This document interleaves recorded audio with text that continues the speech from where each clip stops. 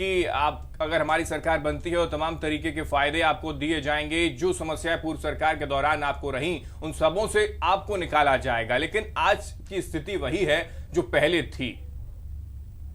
देखिए, मैं आपको ये बताना चाहता हूँ, मैं धनखड़ जी को भी सुन रहा था, मैंने अभी गेस्ट टीचर्स को भी सुना और आपके संवाददाताओं को भी सुना जी। मैं सबसे पहले एक शॉर्ट में एक लाइन में एक बात बोलना चाहता हूँ, जिसे कहते हैं systems are painful but fruitful.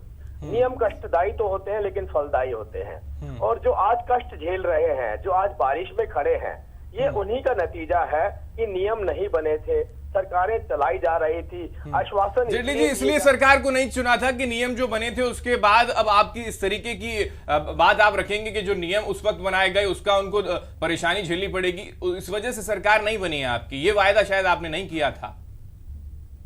मैंने आपको यही बोला कि जो नियम नहीं बने थे, जिन नियमों को दरकिनार करके, जिस तरीके से गेस्ट टीचर्स खुद आपको बोल रहे हैं कि जो भ्रष्टाचारी कंपनियां थी उनको कॉन्ट्रैक्ट दिए गए, उनके कॉन्ट्रैक्ट में इन टीचर्स को रखा गया, जब पूरा सिस्टम ही भ्रष्टाचार में लिप्त था, तो उसको वापस ट्रैक पे लाने के लिए जितने भी कार्य हमने करने हैं वो हम करना शुरुआत कर चुके हैं। और दूसरी, मैं धनखड़ जी की बात का जवाब देना चाहता हूँ कि अगर आप ये देखेंगे, जब से हरियाणा बना है, व्यवस्था तो हरियाणा में रही नहीं है, चाहे किसी की भी सरकार रही हो। ये मैं कांग्रेस की बात नहीं कर रहा हूँ, किसी की भी सरकार रही हो। और पहली बार हमारी सरकार के अंदर व्यवस्था के ऊपर चर्चा हुई है, व्यवस्था का पूरा रोड मैप और ब्लूप्रिंट जनता के सामने रखा ही नहीं है, उसको अमली जामा भी पहनाना शुरू कर दिया है। पहली कलम से कंप्यूटर टीचर्स को शिक्षा विभाग के अधीन कर दिया जाएगा, ये बातें भी मैनिफेस्टो के हर बिंदु के जरिए ये भी आपने कही थी, लेकिन अब वो शायद चीजें दिखाई देती नहीं है। खैर, मैं आपके पास आऊंगा। राजेंद्र जी हमारे साथ लगातार बने हुए। राजेंद्र जी, क्या लगता है, कुछ आश्वासन आपको जो तरीके से नई सरकार देती है, या फिर राजीव जी जैसे कह रहे थे, कुछ लगा कि हाँ वाकई आपके फेवर में कुछ कदम उठाया जा रहा है? देखिए, हम सरकार से मिले हैं, मंत्रिमंडल से मिले हैं, मुख्यमंत्री जी से हमारी अभी मीटिंग होनी है, जो अभी पिछले दिनों होनी थी। जो ये 22 तारीख की जो बेटी बचाओ बेटी पढ़ाओ रैली के दरमियान हमारी मीटिंग नहीं हो सकी, तो हम चाहते हैं एक बार सरकार से रूबरू होकर, हम चाहते हैं कि टाइम बाउंड करे सरकार कि गेस्ट टीचर को रेगुलर किस टाइम तक करना है। और हम चाहते हैं कि इस समस्या का समाधान कोई ऐसा रास्ता निकाला जाए ताकि इन टीचर्स को सड़कों पर ना आना पड़े। इनको बच्चों को पढ़ाने के लिए रखा गया है, चाहे कंप्यूटर टीचर्स है चाहे गेस्ट टीचर है, ये बच्चों को बढ़िया शिक्षा देने के लिए रखा गया है, तो इनको शिक्षा देने के लिए ही प्रयोग में लाया जाना चाहिए। और सरकार की ये जिम्मेवारी बनती है, सरकार समस्याएं पैदा करने के लिए नहीं होती, सरकार समस्याएं का समाधान करने के लिए होती है। और सरकार समय रहते जल्दी से जल्दी इन समस्याओं का समाधान करे, ताकि, क्योंकि हम मानते हैं कि कोर्ट में भी केस होते हैं, लोग कोर्ट में जाते हैं। अब कोर्ट में जाना एक अलग बात है, कोर्ट को व्यवहारिकता में लाना अलग बात है। कोर्ट को भी समझाया जा सकता है, जब एक जनहित का एक मुद्दा बन चुका है, पूरे हरियाणा के बेरोजगार इससे जुड़े हुए हैं, पूरे हरियाणा में ऐसा कोई भी गांव, ऐसा कोई भी शहर नहीं है जिससे ये लोग जुड़े ना हो।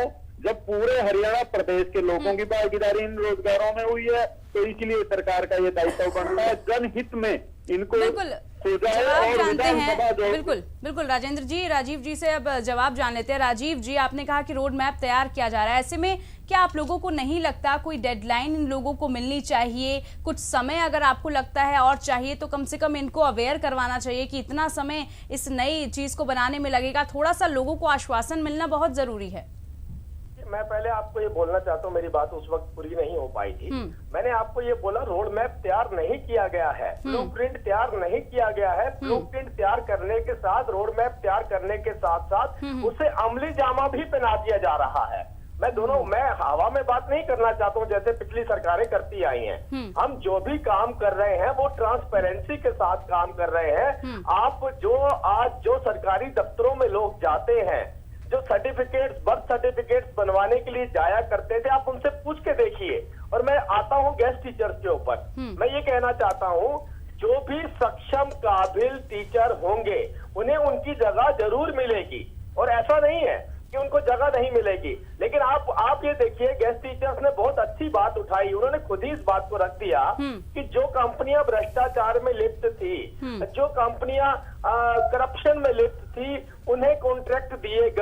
तो आप इस बात से खुद अंदाजा लगा सकते हैं कि जिसकी बुनियाद भ्रष्टाचार रही हो उसकी इन्वेस्टिगेशन के साथ साथ ही लोगों को उनके हक दिलवाए जाएंगे। जी राजीव जी, लेकिन वही तो हैरानी इस बात को लेकर है, महीने से कंप्यूटर टीचर्स को वेतन नहीं मिला है। 10 महीने पुरानी सरकार के, 3 महीने आपकी सरकार के। कितने दिन इंतजार करेंगे? यही बता रहा हूँ, हर प्रॉब्लम को फिक्स किया जा रहा है। और आपने बताया कि पिछले 8 महीने 7 महीने से उन्हें वेतन नहीं मिला था और आगे हमारी सरकार आई है। मैं आपको फिर से इस वापस चर्चा में इस बात में लेके जाना चाहता हूँ, जैसा धनखड़ जी ने चर्चा की शुरुआत करी थी, व्यवस्था परिवर्तन की बात करी थी। और मैं फिर से अपना वर्ड रिपीट करता हूँ, systems are painful but fruitful. आप विश्वास कीजिए सबके साथ इंसाफ होगा और जो प्रॉब्लम पिछले 40 साल से 30 साल से हरियाणा प्रदेश की चल रही है उसे मात्र 2 महीने नहीं कुछ वक्त चाहिए उसको वापस ट्रैक पे लाने के लिए। मान लिया कि वक्त चाहिए ट्रैक पे लाने के लिए, सही बात है, व्यवस्था बनते टाइम लगता है, लेकिन जो फौरी समस्याएं हैं, जो लोग सड़कों पर है, जिनको स्कूलों में होना चाहिए था, वो आज सड़कों पर खड़े हैं, उनको स्कूलों में भेजने की व्यवस्था करने की जिम्मेदारी भी तो सरकार की बनती है। लगता है राजीव जी हमारे भी इस वक्त फोन का कट गया है, एक बार फिर कोशिश करेंगे संपर्क साधने की उनसे। पवन लगातार बने हुए, पवन के पास चलते। पवन, जैसा कि आप खुद वहां पर मौजूद हैं और जैसा कि अभी हम बीजेपी के नेता राजीव जी को सुन भी रहे थे, उन्होंने साफ तौर पर कहा कि वक्त लगेगा, लेकिन इस वक्त के बीच में जरा उन कंप्यूटर टीचर से ही जानना चाहूंगा, कितनी बार मुलाकात सरकार के सिपाहियों से उन्होंने की है, कितनी बार उनकी तरफ से आश्वासन दिया है और कितनी बार यह कहा गया है कि हाँ आपकी समस्या का समाधान होगा, और कितना वक्त उनको चाहिए? कोई डेडलाइन तय हुई है क्या?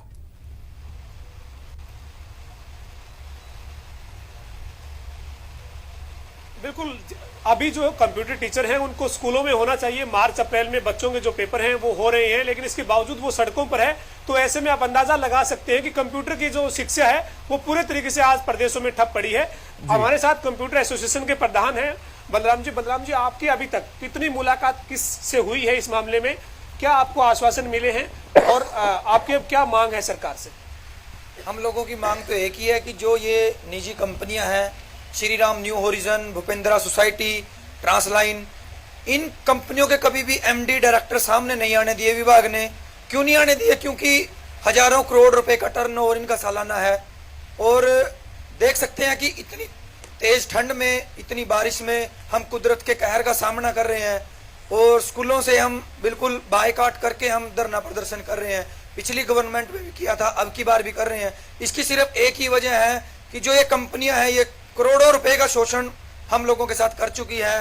13 महीने से हम लोगों को सैलरी नहीं दी, 24 हजार रुपए अवैध सिक्योरिटी वसूल ली, 2250 रुपए ट्रेनिंग फीस वसूल ली, और हम लोगों का जो ESI, EPF, बच्चों को बुक्स ना देना, इतने हम 25 प्रूफ DSC में भी, CM साहब को भी, एजुकेशन मिनिस्टर को भी, पूर्व सरकार को भी दे चुके हैं, मौजूदा सरकार को भी दे चुके हैं। लेकिन अब फिर से हम लोगों को जो है कंपनियों के हवाले कर दिया जा रहा है। हम लोगों की सिर्फ मांग एक ही है कि इन निजी कंपनियों के शोषण से हमें मुक्त कराया जाए और हमें डिपार्टमेंट में किसी भी उचित पॉलिसी के अकॉर्डिंग डिपार्टमेंट में मर्ज किया जाए और इन जो ये दोषी कंपनियां इनका बिल्कुल खुला से। 4 दिन से आप धरने पे हैं, आपकी अब फिलहाल किससे मुलाकात इस संबंध में हुई है और क्या आपको आश्वासन मिले हैं? जी, हम लोगों की कल ही मुलाकात हुई है DSC director ML Kaushik ji से, और उन्होंने हमें एक ही आश्वासन दिया है कि कंपनियां जो हैं वो बिल्कुल फॉल्टी हैं। हम इनको मानते हैं, उन्होंने प्रेस में भी माना है, हमारे सामने भी माना है, और जो हमारे साथ CID के ऑफिसर गए हुए थे, जो सिक्योरिटी इंचार्ज गए हुए थे, उनके सामने माना भी कंपनियां बिल्कुल टोटली फॉल्टी हैं। उन्होंने जितने भी आप लोगों के साथ काम किए हैं वो गलत हैं, हम उनको टर्मिनेट करेंगे और आप लोगों को जो सैलरी है वो आपको डिपार्टमेंट के थ्रू देंगे। उन्होंने लिखित आश्वासन मिला क्या? ये आश्वासन तो आपको पहले भी मिलते रहे हैं। जी, हमें कोई अभी तक लिखित आश्वासन नहीं मिला, लेकिन डायरेक्टर साहब जो ML कौशिक जी हैं उन्होंने विश्वास दिलाया है। मैं आपके पास फिर से वापस लौटूंगा, लेकिन इस बीच हमारे साथ कृष्णमूर्ति हुड्डा जी जुड़ गए हैं, प्रवक्ता हैं कांग्रेस से। कृष्णमूर्ति जी, बहुत स्वागत है आपका जनता टीवी में। कृष्णमूर्ति जी, जो कमियां पूर्व सरकार की थी अब वही कमियां यहां पर भी नजर आ रही हैं, लेकिन अगर बात करें ये कंपनियां जो है, निजी कंपनियां जिनके अधीन कंप्यूटर टीचर्स काम कर रहे हैं, उन्होंने साफ तौर पर, जैसा कि हम सुन भी रहे थे बलराम को, उन्होंने साफ तौर पर कहा कि कंपनियां फॉल्टी थी, यानी कि जो काम उस वक्त किया गया आपके सरकार के दौरान वो भी गलत है और अब भी वही स्थिति बनी हुई है। देखिए, हमारी सरकार में इनका समझौता हुआ था, मुख्यमंत्री से समझौता हुआ था। ये मेरे सामने मुख्यमंत्री को धन्यवाद करने आए थे और इन्होंने कहा था जी आपने बहुत बहुत धन्यवाद, आपने हमारी मदद की है और हमारी मांगे स्वीकार की जी। अब मुझे पता नहीं, लेकिन मैं महसूस ये कर रहा हूँ, मैं इनकी बात को न्यायोचित कह रहा हूँ कि इनको इसकी बजाय ढौक पे रख लेना चाहिए। कृष्णमूर्ति जी, 13 महीने से वेतन इनको नहीं मिला, तो आपकी सरकार भी थी 8 महीने से। नहीं पता इसके बारे में, पूरे मैं उसके बारे में कहने की स्थिति में नहीं हूं, ना मुझे जानकारी है। मैंने अपनी आंखों से जो सीन देखा था, ये सारे लोग आए थे धन्यवाद करने मुख्यमंत्री का, जी आपका धन्यवाद, आपने हमारी बात मान ली। अब मुझे नहीं पता उसके बाद वो बात मानी गई या नहीं मानी गई, चुनाव आगे मुझे उसके बारे में जी। चलिए कृष्णमूर्ति जी, उस वक्त भी मुख्यमंत्री ने जो है आश्वासन दिया और वो आश्वासन पूरा नहीं हो पाया, इसीलिए आज ये कंप्यूटर टीचर सड़कों पर हैं, पंचकुला शिक्षा सदन के का घेराव करने पहुंचे हैं। तो क्या सरकार वर्तमान भी काम नहीं कर रही और पुरानी ने भी काम नहीं किया? कृष्णमूर्ति जी क्या कहेंगे? देखो, मुझे जानकारी नहीं पूरी, डिटेल में मुझे पहले कहते थे मैं जानकारी लेके आता, लेकिन मुझे इसकी जानकारी नहीं। मैंने अपनी आंखों से जो देखा था वो मैं आपको बता दिया। सारे लोग धन्यवाद करने आए थे। धन्यवाद तो इसलिए करने आए थे कि आश्वासन दिया था कि कंपनियों की जांच होगी, उनकी तनख्वाह जो है वो सरकार शिक्षा विभाग के जरिए दी जाएगी और जो डिफॉल्टर कंपनियां हैं उनको बैन किया जाएगा, लेकिन कोई कार्रवाई नहीं हुई। वही मांग आज भी करते हुए दिखाई दे रहे हैं ये। इसलिए आपसे सवाल किया जा रहा है कि उस वक्त क्या गलत आश्वासन आपकी पार्टी के मुख्यमंत्री ने दिया था, आपकी सरकार के मुख्यमंत्री ने दिया था? मुझे इसके बारे में पूरी जानकारी नहीं है। ये जानकारी आपको है कि नहीं कृष्णमूर्ति जी, ये जानकारी आपके पास है कि कंप्यूटर शिक्षक और जो सीएम पूर्व के रहे उनके बीच में समझौता हो गया था, ये जानकारी आपके पास है, लेकिन ये जानकारी नहीं है कि वेतन उनको मिला नहीं मिला 8 महीने से। मैं मौजूद था वहाँ, ये लोग धन्यवाद करने आए थे दिल्ली के सीएम आवास पे, उस समय के सीएम के आवास पे। चलिए बिल्कुल, कंप्यूटर टीचर से हम यहाँ पर जान लेते हैं। पवन हमारे साथ जुड़े हुए हैं वहीं पर जहाँ पर कंप्यूटर टीचर इस वक्त धरना दे रहे हैं। पवन, आपसे जानना चाहेंगे, जिस तरीके से कृष्णमूर्ति हुड्डा जी बता रहे हैं कि खुद पूर्व के सीएम के साथ इनका समझौता हुआ था, धन्यवाद भी उस दौरान इन कंप्यूटर टीचर्स ने कहा था, इनसे जानना चाहेंगे हम क्या कुछ हुआ था उस दौरान?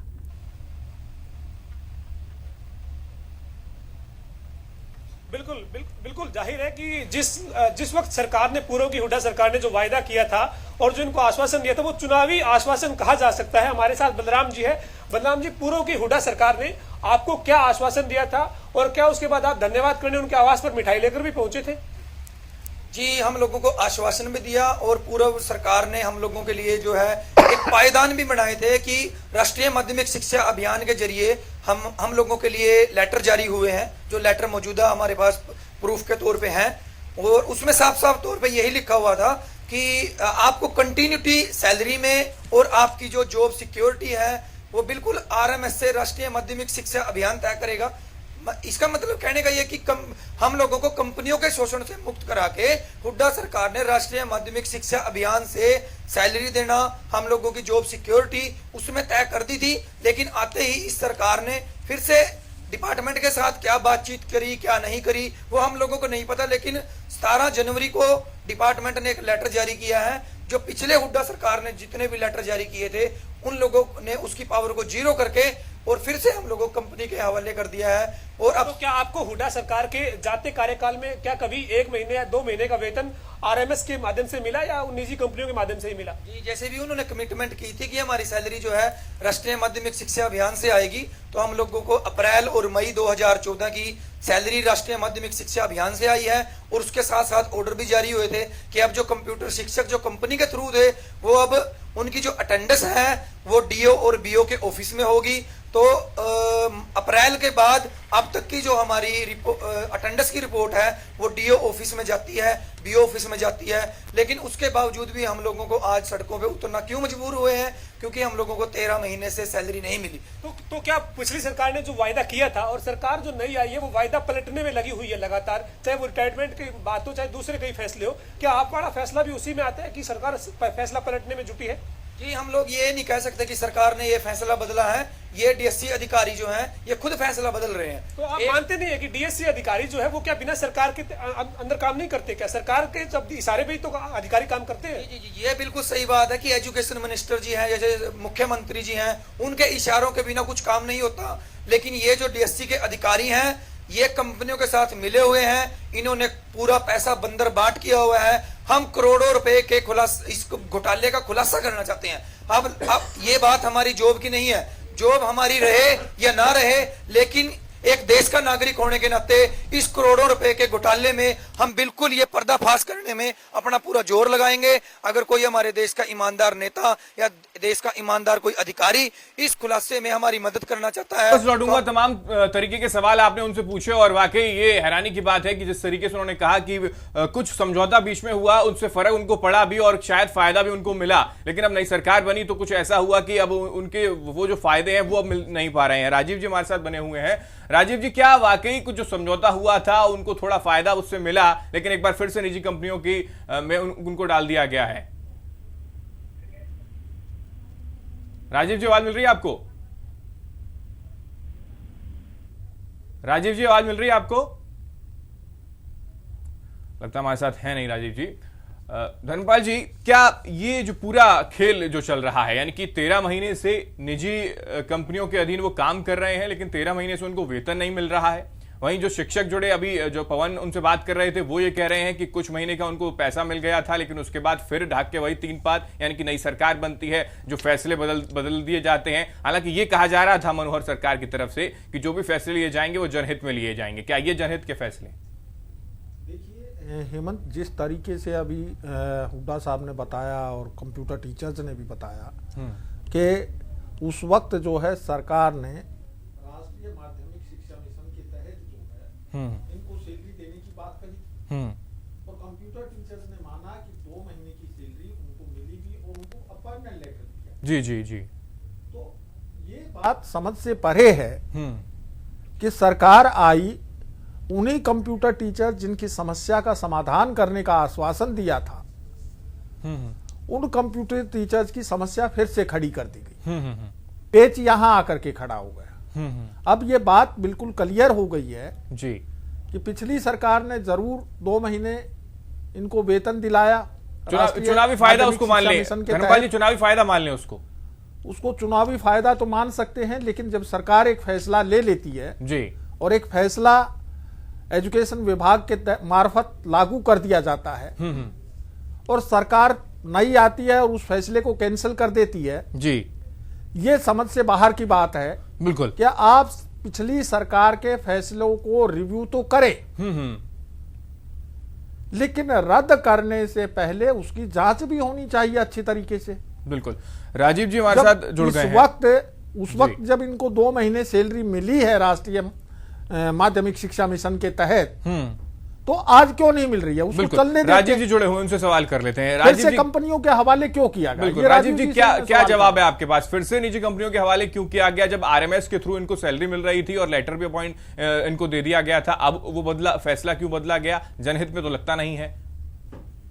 मैं आपकी बात पहले सुन नहीं पाया था, मेरा फोन डिस्कनेक्ट हो गया था। अगर मेरे को क्वेश्चन रिपीट करेंगे तो I would be better to deliver. जी राजीव जी, हमारा सवाल यह है कि आरएमएस के अधीन इनको फिर से पैसे दिए जा रहे थे, राष्ट्रीय माध्यमिक शिक्षा की बदौलत इनको पैसे दिए जा रहे थे, सैलरी यानी कि इनको मिल रही थी और लेटर भी, यानी कि जब सरकार ने वायदा किया, पूर्व सरकार ने, कि आप नाराज मत होइए, हम आपके साथ हैं, वायदा हम आपको कर रहे हैं, और जो एक विकल्प बीच का इन्होंने निकाला उस विकल्प को भी आपने बदल दिया और एक बार फिर से निजी कंपनी के अधीन उनको क्यों कर दिया गया? बात को समझना पड़ेगा देश स्तर पर जो सरकार। राजीव जी, मैं करता हूं स्पष्ट। चुनाव से पहले सरकार ने इनको कंपनियों से निकाल करके इनका वेतन जो है वो राष्ट्रीय माध्यमिक शिक्षा मिशन के तहत कर दिया गया और इनको वेतन भी दिया गया और अपॉइंटमेंट लेटर भी दिया गया और 2 महीने इनको वेतन मिला। लेकिन इस बीच आपकी सरकार आ गई और उसने आते ही पुरानी सरकार के सारे फैसलों को पलट दिया, यानी एक तरह से फिर से इनको उन्हीं भ्रष्टाचारी कंपनियों के हवाले कर दिया गया जिनके पास इनका 13 महीने का वेतन बकाया पड़ा हुआ है। जी राजीव जी, कहिए। हाँ, मैं यही बताने की कोशिश कर रहा था। हमारा गवर्नमेंट सिस्टम के अंदर आउटसोर्सिंग होती है और वो केंद्र स्तर पर भी होती है और प्रदेश स्तर पर भी होती है। दूसरी बात ये बोलना चाहता हूँ कि मात्र 2 महीने पहले, चुनाव से पहले, वेतन की डायरेक्शन को चेंज किया गया। वेतन दूसरे माध्यम से देने की कोशिश की गई। पहले आपको इस बात को समझना होगा, जैसा गेस्ट टीचर बार बार इस बात को उठा रहे हैं कि हमें जिन कंपनियों के अधीन किया गया था उन कंपनियों से हमें वो बेनिफिट नहीं मिले। मैं ये बोलना चाहता हूं कि हमारा जो सिस्टम है, हम भारतीय जनता पार्टी के अंदर जो सिस्टम लेके आना चाहते हैं वो किसी चुनावों के मद्देनजर नहीं लेके आना चाहते। सिस्टम की बात बोल रहा हूं मैं आपको। और जो हम सिस्टम लाना चाहते हैं वो ऐसा लाना चाहते हैं ताकि सड़कों के ऊपर फिर दोबारा से इन गेस्ट टीचर को खड़ा ना होना पड़े अपने हकों को मानने के लिए। और तीसरी बात ये बोलना चाहता हूँ, पिछली सरकारों ने जो भी काम किए, जिस तरीके से भी लोगों को फैसिनेट करने की कोशिश की, उस फैसिनेशन का नतीजा ही ये है। अगर आप ये एक्सपेक्ट करते हैं कि भारतीय जनता पार्टी की सरकार उस फैसिनेशन के चलते अगर सिस्टम को दरकिनार करके नेगोशिएट करके किसी न किसी माध्यम से लोगों की पूर्ति करती जाए तो मुझे लगता है हरियाणा प्रदेश के हर नागरिक के साथ ये नाइंसाफी होगी। मैं ये आश्वासन देना चाहता हूँ कि गेस्ट टीचर्स को, जो भी सक्षम गेस्ट टीचर्स होंगे और जो भी व्यक्ति सक्षम इस हरियाणा प्रदेश में होगा उसको उसका उचित स्थान जरूर दिया जाएगा। बिल्कुल राजीव जी, कुछ सवाल आपसे खुद कंप्यूटर टीचर्स पूछना चाहते हैं। पवन हमारे साथ मौजूद हैं जहां पर कंप्यूटर टीचर्स ने माफ कीजिएगा धरना दे रखा है। पवन, क्या कुछ ये कंप्यूटर टीचर्स कह रहे हैं और कौन से सवाल है इनके सीधा राजीव जेटली जी से?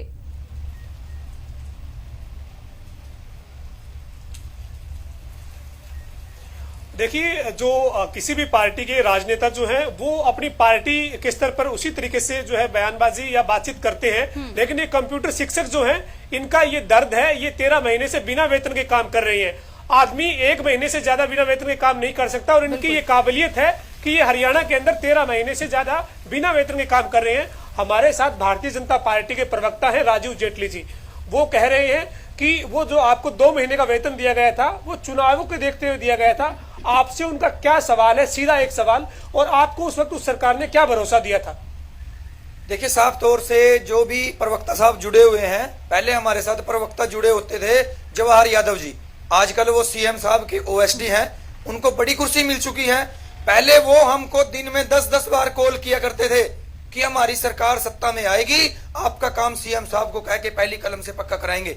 रामविलास शर्मा जी, अनिल विज जी, ओम प्रकाश धनखड़ जी, कविता जैन मैडम और अनिल विज, रामविलास शर्मा, ये सभी हमारे धरना प्रदर्शन पे आए और इन्होंने बयान दिए हैं। हमारे पास इनकी वीडियोस हैं, इनकी जो पिक्स हैं वो हैं, और इन्होंने जो रिटर्न में हम लोगों को दिया है वो है। और जो सुभाष बराड़ा जी जो पूरे प्रदेश के अध्यक्ष बने हुए हैं, उनका पूरा रिटर्न में हमारे पास लेटर है। उन्होंने ये लिख के दिया हुआ है कि हम आप लोगों को पहली कलम से पक्का करेंगे, मीडिया में और सामने बिल्कुल बयानबाजी दी है। अब ये लोग जुबान से पलटते हैं, ये सिर्फ कुर्सी मिलने के पहले कुछ और है, कुर्सी मिलने के बाद कुछ और है। ये प्रवक्ता जी हैं जो अब जुड़े हुए हैं, ये बड़ी बड़ी हाँक रहे होंगे, अपनी अपनी हाँकते होंगे कि हमारी बीजेपी ये है, हमारी बीजेपी वो है। कल इसको भी कोई कुर्सी मिल जाएगी और ये भी देखिए, आप ये बताइए कि आपको पिछली सरकार ने जो एक वायदा किया था, आपको एक लेटर दिया था, वो लेटर क्या था? आरएमएस के तहत क्या आपकी मांग मानी गई थी और नई सरकार ने आते ही उसको लागू क्यों नहीं किया? जी, हम लोगों की यही मांग मानी गई थी कि हमें राष्ट्रीय माध्यमिक शिक्षा अभियान से सैलरी मिलेगी और वो हमें 2 महीने की सैलरी मिली भी है। कंटिन्यूटी का लेटर डिपार्टमेंट ने जारी करवाया है, 1 लेटर नहीं जारी करवाया, 4 लेटर जारी करवाए हैं। कंपनियों को डिफॉल्टी घोषित करते हुए उनकी कमियों को मानना है और उनकी कमियों के लिए भी लेटर जारी किए हैं। Legally 3 notice, termination process, arbitration में अब ये केस आ चुका है। अब ये आर्बिट्रेशन में किस बिना पे उनके हक में फैसला दे सकते हैं, ये सिर्फ सरकार का दबाव है या डीएससी का दबाव है या कंपनी के करोड़ों रुपए का दबाव है। भारतीय जनता पार्टी के प्रवक्ता हैं राजीव जेटली साहब हमारे साथ जुड़े हुए हैं। आप उनसे क्या मांग करते हैं, क्या अपील करते हैं कि आपकी मांग जो है वो सरकार तक पहुंचे? जी, मैं तो जेटली साहब से एक ही मांग करता हूं कि अगर वो सोचे समझे इंसान है, ईमानदार इंसान है, कुछ पढ़े लिखे की वैल्यू उनकी नजरों में है, तो वो राजनीति की नजर से हम लोगों को ना देखें। हम लोग किसी की पार्टी को बदनाम करना नहीं चाहते। वो सिर्फ और सिर्फ एक कंप्यूटर शिक्षक की हैसियत से देखें कि आज वो प्रवक्ता बने हुए हैं, आज उनके सीएम बने हुए हैं, किसी चलिए के पवन, मैं लौटूंगा आपके पास। राजीव जी, क्या जवाब है? ये जो परेशानी है, जो दर्द है, वो खुद शिक्षक बयां कर रहे हैं। देखिए, मैं सुन रहा था, मुझे बहुत ईमानदारी से इन्होंने ये बात को रखा और मैं इनकी तारीफ करता हूँ। इन्होंने बताया कि हमने उनको आश्वासन दिया था कि हम इन्हें पक्का करेंगे पहली कलम से। और आपने ये देखा होगा, जब धनखड़ जी ने मेरे से क्वेश्चन किया था तब भी मैंने यही बात की थी और यही बात मैं अभी भी कह रहा हूँ, जो भी सक्षम व्यक्ति होगा उसको उसका उचित स्थान दिया जाएगा। और लेकिन अगर आप ये चाहते हैं कि जिस सिस्टम के चलते, जिस सिस्टम के ऊपर हमारे गेस्ट टीचर, हमारे भाई आरोप लगा रहे हैं, उस सिस्टम और उसी भ्रष्ट सिस्टम को फॉलो राजीव जी, हैरानी है कि जब आश्वासन आपके सरकार के सिपाहियों की तरफ से दे दिया जाता है बार बार, तो आखिर ये प्रोटेस्ट क्यों करते हैं? देश प्रदेश के अंदर इस तरीके के प्रदर्शन क्यों हो रहे हैं? क्या कम्युनिकेशन गैप है? आखिर वजह है क्या? ये समझ से परे नजर आती है। आप कहते हैं कि हमें वक्त लग रहा है, जल्द से जल्द समस्या का समाधान होगा। बलराम जो कंप्यूटर शिक्षक हैं, खुद जुड़े हुए हैं, उन्होंने साफ तौर पर कहा कि राजनीतिक फायदा उठाने के लिए पार्टियां आती हैं, चली जाती हैं, हमारे फायदे के लिए कभी सोचा नहीं जाता। लेकिन काम पार्टी का यही होता है, सरकार का यही होता है कि जनहित में फैसले हों। मैं क्या अपनी बात को पूरा कर सकता हूं? जी राजीव जी, कहिए। देखिए, मैं आपको एक बात बोलना चाहता हूं और आप इस बात को आप भी समझिए, क्योंकि आपका चैनल पूरा हरियाणा देखता है, पूरा प्रदेश देखता है और प्रदेश आपके चैनल के माध्यम से इस बात को समझना भी चाहता है कि आप और गेस्ट टीचर भी इस बात को देख रहे हैं और गेस्ट टीचर मेरी बात से अग्री भी करेंगे। मैं कहना चाहता हूं, क्या यही गेस्ट टीचर उसी करप्ट सिस्टम के तहत अपनी डिमांड को पूरा करवाना चाहते हैं, जिसके बाद फिर 3 महीने के बाद इन्हें सड़कों पर उतरना पड़े, या ये ऐसी सोल्यूशन चाहते हैं जिस सोल्यूशन को परमानेंट इन गेस्ट टीचर्स को बेनिफिट दिया जा सके? अगर ये परमानेंट बेनिफिट चाहते हैं तो मैं इनको एक बात बोलना चाहता हूं, विश्वास कीजिए, ट्रांसपेरेंट पारदर्शी सिस्टम आपके सामने आने वाला है। आपके जो हक आपको दिए जाएंगे, उन हकों को वापस नहीं लिया जाएगा और उसको जब नहीं लिया जाएगा तो आपको अपनी जगह, जिस जगह पे आपका स्थान है, जहां पे आपको आपका हक मिलना चाहिए, जहां के लिए आप बने हैं, आप उस जगह पर पहुंचेंगे।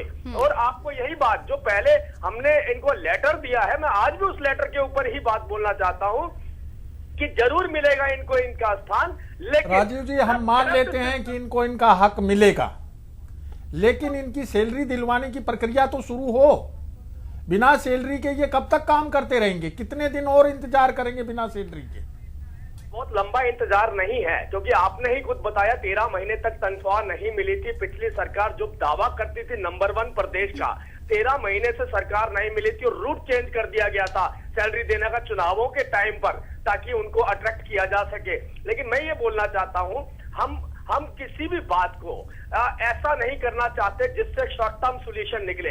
हम चाहते हैं सोल्यूशन, प्रॉब्लम फिक्स होनी चाहिए और फिक्स होने के लिए जितना वक्त लगेगा, ये बहुत वक्त की बात नहीं है। ऑलरेडी हमारा सिस्टम ऑन द ट्रैक है, चीजें ट्रांसपेरेंट हो रही हैं। हम नहीं चाहते कि इनको सड़क पर खड़ा होकर बात करनी पड़े और इनको ये भी ना पता हो कि दफ्तर के अंदर क्या हो रहा है। हम चाहते हैं ये अपने घर पे बैठे। राजीव जी, जब बिल्कुल आप विरोधी पार्टी थे और वक्त बहुत ज्यादा आपको मिला क्योंकि पहली बार बीजेपी की सरकार बनी है, तो क्या उस वक्त ये सारी चीजें नहीं प्लान कर ली जानी चाहिए थी? क्योंकि प्लानिंग हमेशा अनसर्टेन ही होती है।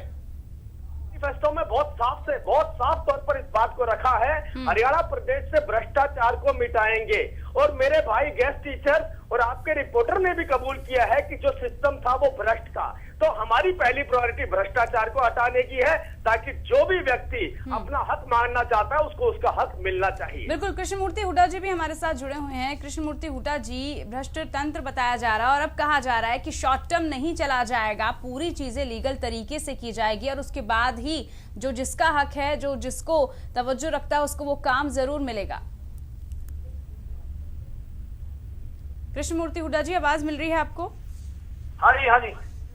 कृष्ण हुड्डा जी, आपसे जिस तरीके से राजीव जेटली जी ने कहा है कि कहीं ना कहीं अगर पुरानी सरकार की बात की जाए तो भ्रष्ट तंत्र था, हालांकि अब ये कह रहे हैं कि हम शॉर्ट टर्म चलने की कोशिश नहीं करेंगे, पूरे प्रोसीजर तरीके से चलेंगे, लीगल तरीके से चलेंगे। देखिए, राजीव जी की पार्टी ने तो पूरे हरियाणा के हर आदमी को आश्वासन दे रखा था। बुजुर्गों को कह रखा था तुम्हारी 2000 रुपए पेंशन करेंगे, सरकारी कर्मचारियों को कह रखा था पंजाब के बराबर वेतन मान देंगे, कंप्यूटर टीचर को कह रखा था कि तुम्हें पक्का कर देंगे, और गेस्ट टीचर को कह रहा था तुम्हें भी पक्का कर देंगे, उनको अब हटा रहे हैं ये। तो इन्होंने किसी भी वर्ग को नहीं छोड़ा, सबको झूठे वायदे किए थे, और वो झूठे वायदे